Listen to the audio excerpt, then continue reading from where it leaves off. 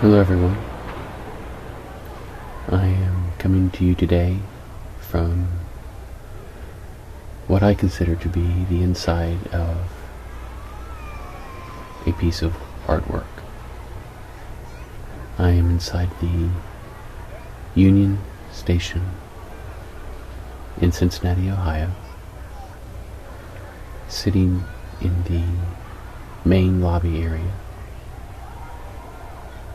and listening to all of the people come and go. It is no longer used as a train station terminal. Today it is a museum. On one side is a History of Cincinnati museum, and the other side is a Natural History museum. But the main lobby where I'm sitting now, between the two, is still pretty much exactly as it was when it was used as a train station. This building is an amazing example of Art Deco architecture and design. I'm sitting in a chair outside of the food area,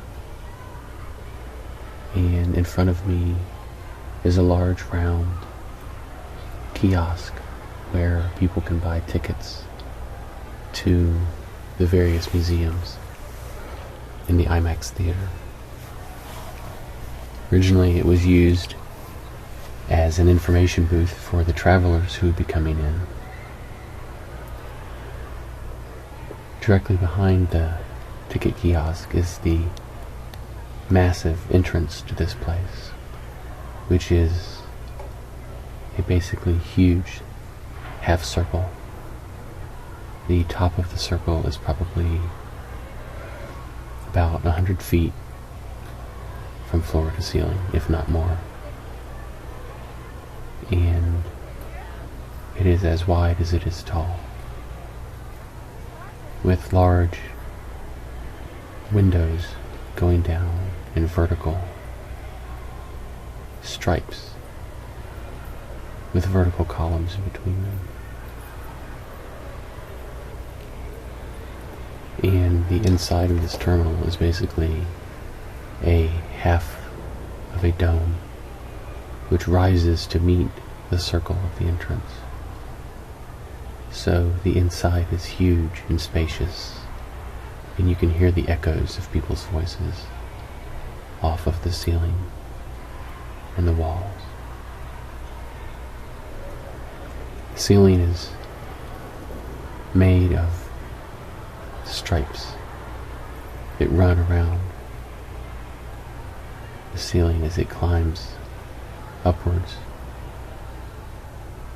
like looking at the inside of a ball, with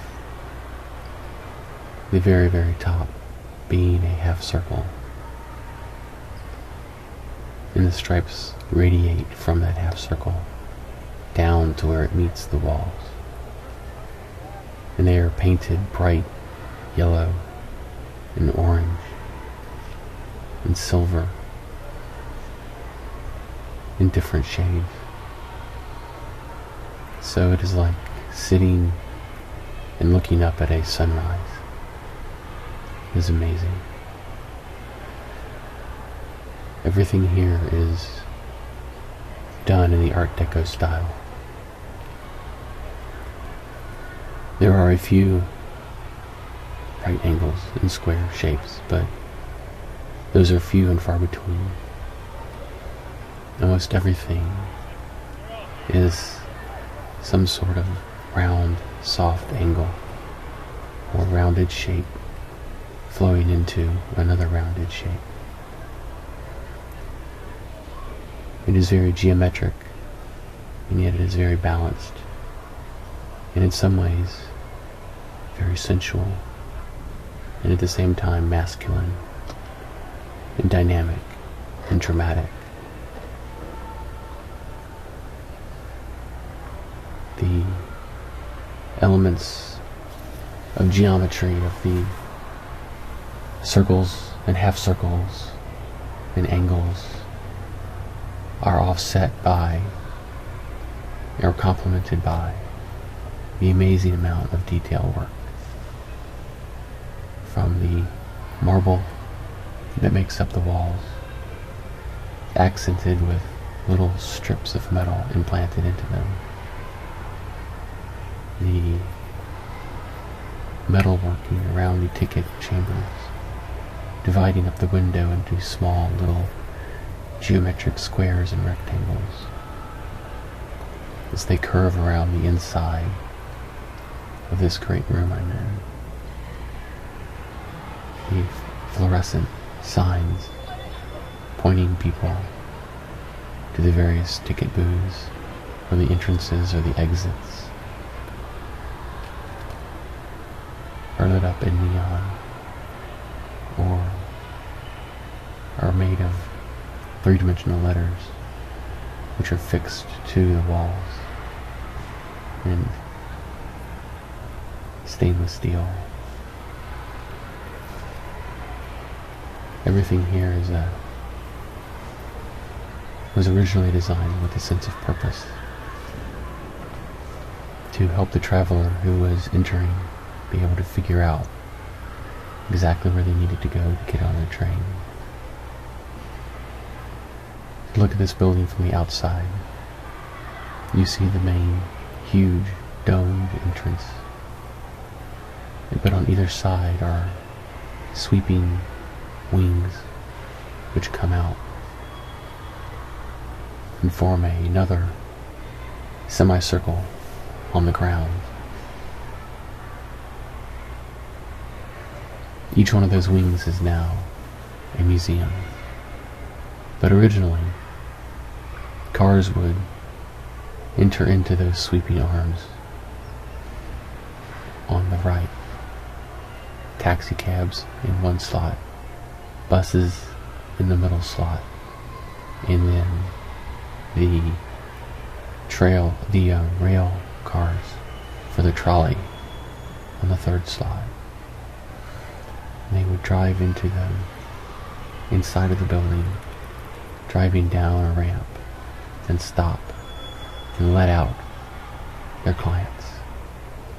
And those would continue to drive around underneath the main terminal and come out the other arm on the left-hand side where they would stop and pick up passengers who were leaving. And from there they would continue on down back to the city. In between each of these arms is a massive fountain spraying up into the front of the building and cascading down multiple steps towards the city. Around the fountain is a road which you could drive right up to the front doors to let passengers out as well. Right now that is the main entrance to the museum. The outside is made all of concrete and stone. On either side of the main entrance is massive carvings of the Greek god Mercury with his winged hat, each one facing the entrance, depicting the speed of travel that the train represented at that time. The building was built in 1931 and completed in 1933. Being here, looking at this amazing architecture is inspiring. Listening to the sounds of the people inside of it, it's easy to imagine how it sounded as people were bustling in to catch their train or arriving and meeting relatives or friends that they had come to visit. Plus the sounds to be added to that of buses and cars and trolleys, and then the sounds of the trains themselves as they approached. No doubt they would be blowing their whistles. as they slid into their slots along the back of the terminal, stopping to let their passengers out. And the passengers who were arriving would walk up to the many ticket booths that were lining the back wall, pick up the ticket to their train, and head further down the central hallway. Now that central hallway is, for the most part, demolished, and it ends in just a IMAX theater, which is what is there now. But when this was a station, you would continue on past that spot, and you would enter into a long hallway with murals on either side depicting the various industries of the city. And there was booths to sit down at and have some coffee or read a newspaper. And there were seats around each door to sit and wait for your train to arrive. And when it did, you would exit outdoors on either side of the hallway and go down undercovered walkways and get onto your train.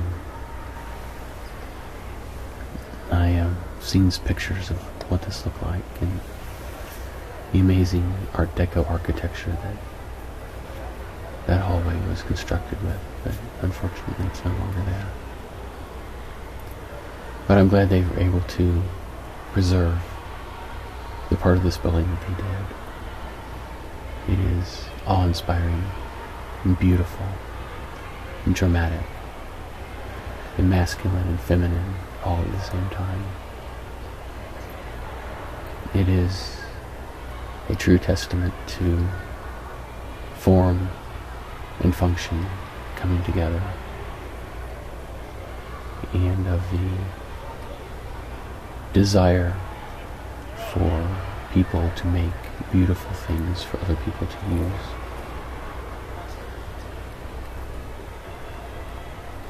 This building also contains many small places that are equally as beautiful as the large places. There's an ice cream parlor. There are beautiful telephone booths and executive offices. There used to be a toy store here, as well as a lunchroom where people would sit down at a long serpentine winding counter that seated probably about 100 people and be served lunch or dinner or breakfast. There was a barber shop here. There was a women's lounge and a women's store. There was a men's lounge and a men's store here as well. And I haven't seen those, but I think those are all still intact. I plan on taking a tour of this place in a few days, where we'll be able to see a lot of the back rooms that are not accessible if you're not on the tour. I'm really looking forward to that. As a designer, I am inspired by the beauty of this place and the unusual forms that are used in Art Deco. There's not many examples of beautiful Art Deco buildings. A lot of the ideas that are presented in this building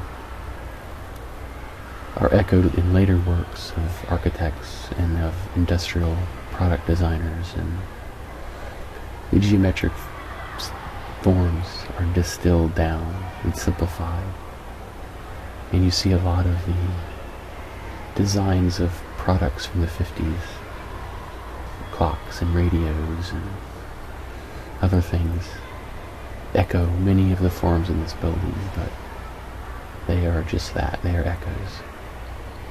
Things that have been simplified for mass production. And I think it speaks to the testimony of how strong the design sensibility of buildings like this are, that even those products that are distilled down from these ideas are still beautiful.